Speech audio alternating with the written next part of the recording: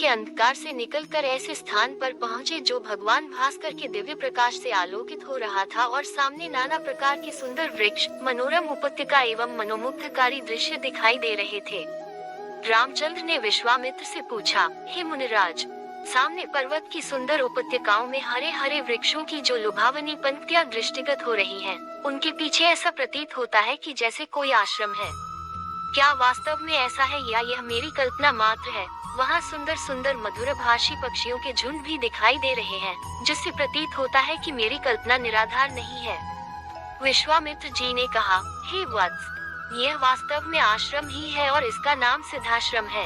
यह सुनकर लक्ष्मण ने पूछा, गुरुदेव, इसका नाम सिद्धाश्रम क्यों पड़ा? विश्वामित्र जी ने कहा, इस संबंध में भी एक कथा प्रचलित है। प्राचीन काल में बलि नाम का एक राक्षस था। बलि बहुत पराक्रमी और बलशाली था और समस्त देवताओं को पराजित कर चुका था। एक बार उसी बलि ने यहाँ पर एक महान यज्ञ का अनुष्ठान किया था। इस यज्ञानुष्ठान से उसकी शक्ति में और भी वृद्धि हो जाने वाली थी। इस बात को विचार करके देवराज इंद्र अत्यंत भयभीत हो गया। इंद्र समस्त देवताओं को साथ लेकर भगवान विष्णु के पास पहुंचा और उनकी स्तुति करने के पश्चात उनसे प्रार्थना की, हे त्रिलोकीनाथ, राजा बलि ने समस्त देवताओं को परास्त कर दिया है और अब वह एक विराट यज्ञ कर रहा है। वो महादानी और उदार हृदय राक्षस है। उसके द्वार से कोई भी याचक खाली हाथ नहीं लौटता। उसकी तपस्या, तेजस्विता और यज्ञादि शुभ कर्मों से देवलोक सहित संपूर्ण ब्रह्मांड कांप उठा है। यदि उसका यह यज्ञ पूर्ण हो जाएगा तो वह इंद्रासन को प्राप्त कर लेगा।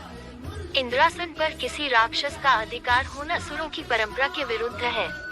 अतएव हे लक्ष्मीपति, आपसे प्रार्थना है कि आप कुछ ऐसा उपाय करें कि उसका यज्ञ पूर्ण न हो पाए। उनकी इस प्रार्थना पर भगवान विष्णु ने कहा, आप सभी देवता निर्भय और निश्चिंत होकर अपने अपने धाम में वापस चले जाएं। आप लोगों का मनोरथ पूर्ण करने के लिए मैं शीघ्र ही उपाय करूंगा। देवताओं के चले जाने के बाद भगवान विष्णु वामन, बौने का रूप धारण करके वहां पहुंचे जहां पर बलि यज्ञ कर रहा था। इस बौने किंतु परम तेजस्वी ब्राह्मण से राजा बलि अत्यधिक प्रभावित हुए और बोले, विप्रवर, आपका स्वागत है, आज्ञा कीजिए, मैं आपकी क्या सेवा कर सकता हूँ? बलि के इस तरह कहने पर वामन रूपधारी भगवान विष्णु ने कहा, राजन, मुझे बैठकर भगवान का भजन करने के लिए सिर्फ 2.5 चरण भूमि की आवश्यकता है। इस पर राजा बलि ने प्रसन्नता पूर्वक वामन को 2.5 चरण भूमि नापने की अनुमति दे दी। अनुमति मिलते ही भगवान विष्णु ने विराट रूप धारण किया और एक चरण में संपूर्ण आकाश को और दूसरे चरण में पृथ्वी सहित पूरे पाताल को नाप लिया और पूछा, राजन, आपका समस्त राज्य तो मेरे 2 चरण में ही आ गए, अब शेष आधा चरण से मैं क्या नापूं? बलि के द्वार से कभी भी कोई याचक खाली हाथ नहीं गया था। बलि इस याचक को भी निराश नहीं लौटने देना चाहता था। उसने कहा, हे ब्राह्मण, अभी मेरा शरीर बाकी है, आप मेरे इस शरीर पर अपना आधा चरण रख दीजिए। इस पर भगवान विष्णु ने बलि को भी अपने आधे चरण में नाप लिया। बलि का यह दान इतना महान था कि बलिदान के नाम से विख्यात हो गया। भगवान विष्णु ने बलि की दानशीलता से प्रसन्न होकर उसे वरदान दिया कि यह स्थान सदा पवित्र माना जाएगा, सिद्धाश्रम कहलाएगा और यहाँ तपस्या करने वाले को शीघ्र ही समस्त सिद्धियाँ प्राप्त होंगी।